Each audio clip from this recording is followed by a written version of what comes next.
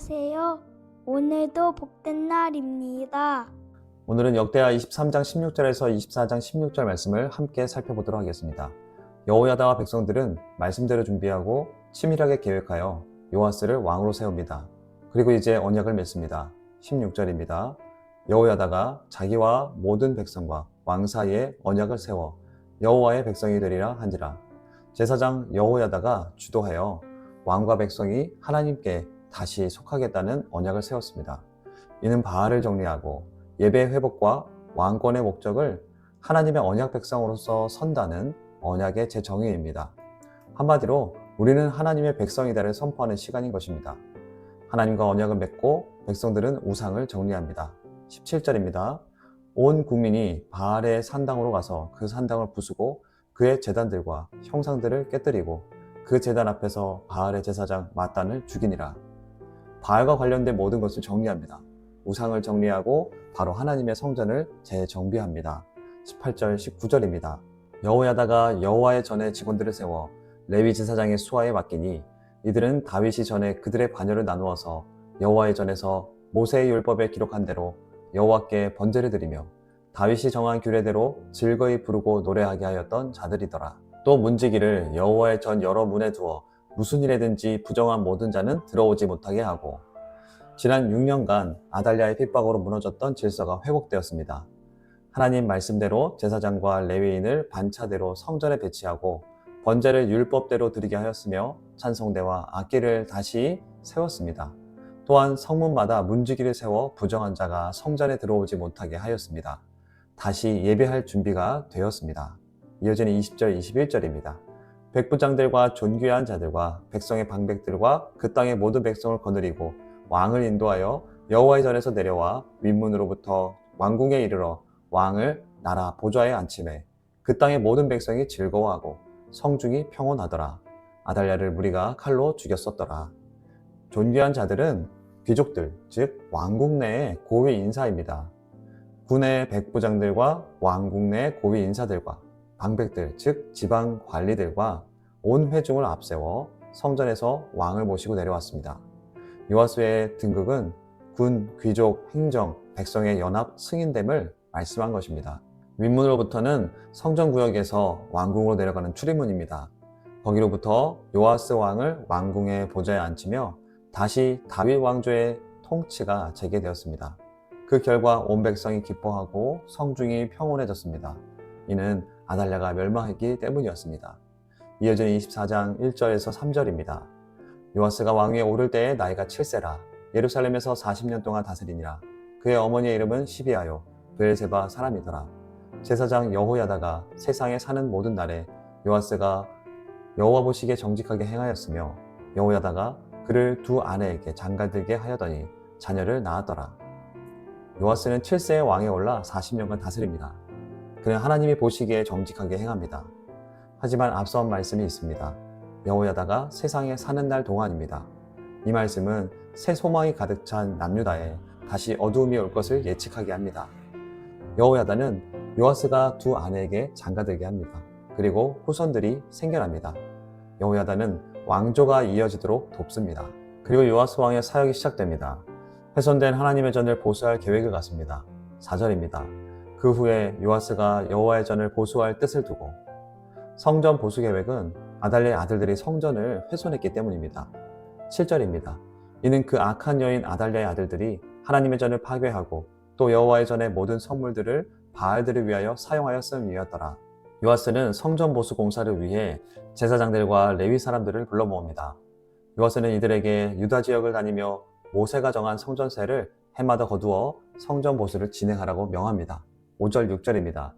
제사장들과 레위 사람들을 모으고 그들에게 이르되 너희는 유다 여러 성읍에 가서 모든 이스라엘에게 해마다 너희의 하나님의 전을 수리할 돈을 거두되 그 일을 빨리 하라 하였으나 레위 사람이 빨리 하지 아니한지라. 왕이 대제사장 여호야다를 불러 이르되 네가 어찌하여 레위 사람들을 시켜서 여호와의 종 모세와 이스라엘의 회중이 성막을 위하여 정한 세를 유다와 예루살렘에서 거두게 하지 아니하였느냐 하니, 레위인들이 더디게 진행합니다. 열왕기하 12장에는 23년이 지나도록 진행되지 않았다고 말씀합니다. 요아스는 이 일에 대해 여호야다를 질책하며 시스템을 바꿉니다.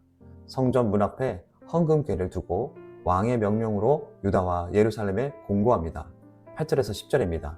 이에 왕이 말하여 한 궤를 만들어 여호와의 전 문 밖에 두게 하고 유다와 예루살렘에 공포하여 하나님의 종 모세가 광야에서 이스라엘에게 정한 세를 여호와께 드리라 하였더니 모든 방백들과 백성들이 기뻐하여 마치기까지 돈을 가져다가 궤에 던지니라.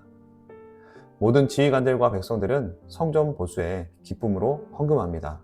돈궤가 가득 차면 레위인들이 궤를 왕의 관리에게 가져가서 왕의 서기관과 대제사장의 관원이 함께 계수한 뒤 다시 제자리에 궤를 돌려놓습니다. 이렇게 모인 헌금으로 성전 보수 공사를 시작합니다. 11절에서 13절입니다. 레위 사람들이 언제든지 궤를 메고 왕의 관리에게 가지고 가서 돈이 많은 것을 보이면 왕의 서기관과 대제사장에게 속한 관원이 와서 그 궤를 쏟고 다시 그곳에 가져다 두었더라. 때때로 이렇게 하여 돈을 많이 거두매 왕과 여호야다가 그 돈을 여호와의 전 감독자에게 주어 석수와 목수를 고용하여 여호와의 전을 보수하며 또 철공과 노쇠공을 고용하여 여호와의 전을 수리하게 하였더니 기술자들이 맡아서 수리하는 공사가 점점 진척되므로 하나님의 전을 이전 모양대로 견고하게 하니라. 모인 헌금은 공사 감독에게 지급되어 석수, 목수를 고용하고 쇠와 놋을 다루는 장인들에게 자재 부속을 마련하게 하여 하나님의 전을 이전과 같이 견고하게 보수했습니다. 이어지는 14절입니다. 공사를 마친 후에 그 남은 돈을 왕과 여호야다 앞으로 가져왔으므로 그것으로 여호와의 전에 쓸 그릇을 만들었으니 곧 섬겨 제사 드리는 그릇이며 또 숟가락과 금은 그릇들이라. 여호야다가 세상에 사는 모든 날에 여호와의 전에 항상 번제를 드렸더라. 헌금은 성전 보수 공사가 끝나고도 남았습니다. 요아스 왕과 여호야다가 상의하여 성전 그릇들을 다시 만들어 채웁니다. 그리고 여호야다가 사는 모든 날 동안 번제가 계속됩니다. 이렇게 하나님의 성전 보수 공사도 마쳤습니다. 이어지는 말씀에 여호야다는 이제 나이가 130세가 되어 세상을 떠납니다. 15절과 16절입니다. 여호야다가 나이가 많고 늙어서 죽으니 죽을 때 130세라. 무리가 다윗성 여러 왕의 묘실 중에 장사하였으니 이는 그가 이스라엘과 하나님과 그의 성전에 대하여 선을 행하였음이더라. 여호야다는 대제사장들 중에서는 처음으로 다윗성 왕의 묘실에 장사됩니다. 제사장 여호야다는 유일하게 남은 다윗의 왕족인 요아스를 숨겨 키웠습니다. 잡히면 처형당할 수도 있었겠지만 하나님 나라의 왕권이 지속되기 위해 목숨을 걸었습니다.